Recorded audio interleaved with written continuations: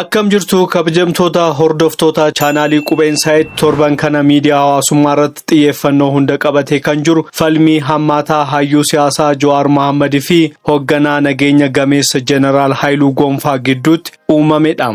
Jawaar Mohaammed Jeneraal Haayiluun abbaa maafiyaa matwaayaa fi fashaleessaa marii araara Taanzaaniyaati jechuun yoo yakku jeneraalicha immoo maqaballeessii dhiisii yaadaan wal haafalminuu jechuun deebii jabaa kenneera. Gidduu kana maaltu jira? Mariin Taanzaaniyaa maaliif fashalaa'e?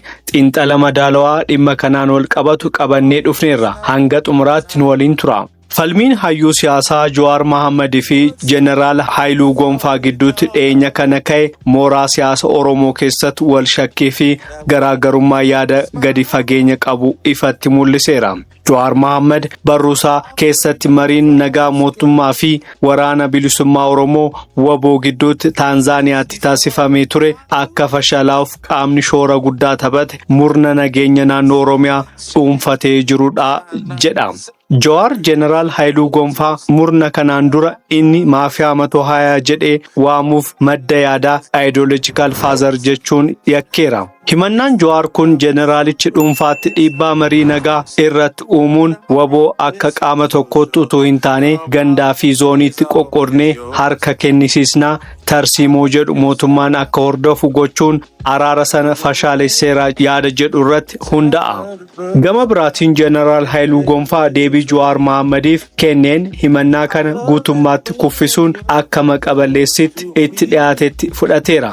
Jeneraalichi siyaasa keessatti qeeqni uumamaadha garuu ragaa qabatamaa tokko malee maafiyaa fi shiratti nama xansuun kee ogummaa miidiyaa fi namuusa siyaasaa irraa kan fagaatedha jechuun mormeera. Jeneraalichi akka jedhutti dhiigni ijoollee Oromoo daggala keessatti dhangala'u isaa ni gaddisiisa. Kanaafuu araara fashaleessuu irraa nageenyi saba isaa dursuu akka fudhatu ibseera. Jawaar Mohaammed ragaa ifa ta'e yoom eessattii fi eenyu waliin akka hojjete dhiyeessuu yoo danda'e deebii kennuuf qophii ta'uusaa addeessuun yaada gandummaa fi qoqqoodamarraa akka of qusatus akeekkachiseera. Falmii kana keessatti qabxiin xiyyeeffannoo guddaa harkise gorsa Jeneraal Haayiluun Jawaar Mohaammeediif kennedha. Jeneraalichi beekamtiin nama aangootti fiduu danda'a garuu aangoorraa turuuf beekumsaa fi mul'ata dheeraatu barbaachisa jechuun Jawaar beekamtii yeroo itti uummata biratti qabu caalaa beekumsa isaa tokkummaa sabaa fi ijaarsa biyyattiitiif akka oolchu gorseera.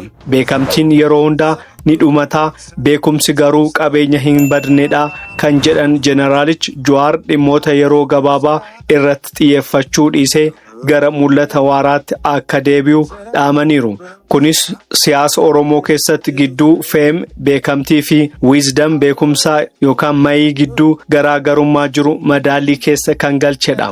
Xumura irratti xiinxalli Qubeen Saayit akka agarsiisutti wal dhabdeen namoota dhiibbaa qaban lammeen kana gidduu jiru mooraa siyaasa Oromoo keessatti wal shakkii caasaa nageenya harka qabuu fi warra yaadaan uummata ijaaruu danda'an gidduu jiru kan calaqqisudha. Jawaar dhimma gandummaa kaasuun murni amma uummata gargar qoodaa jira yoo jedhu Jeneraal Haayiluun ammoo gandummaan madda jibbiinsaatii Jawaar dhimma kanaan uummata hin qoqqoodin jechuun morma.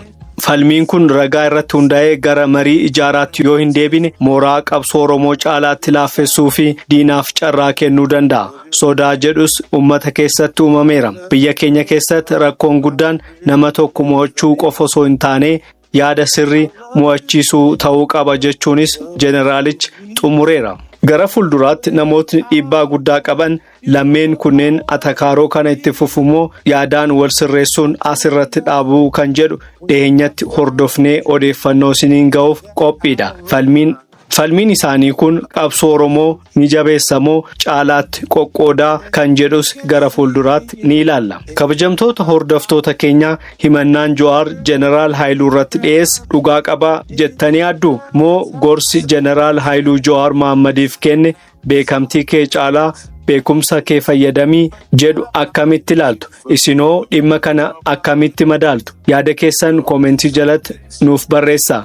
Chaanaalii Qubeen Saayit yeroo hundaa odeeffannoowwan madaalawaa fi xiinxala gadi fageenyaa isiniif dhiyeessa. Akka nu jajjabeessaniif laayik, sheerii fi sabskiraayib gochuu hin dagatina. Galatooma. Nagaan tura.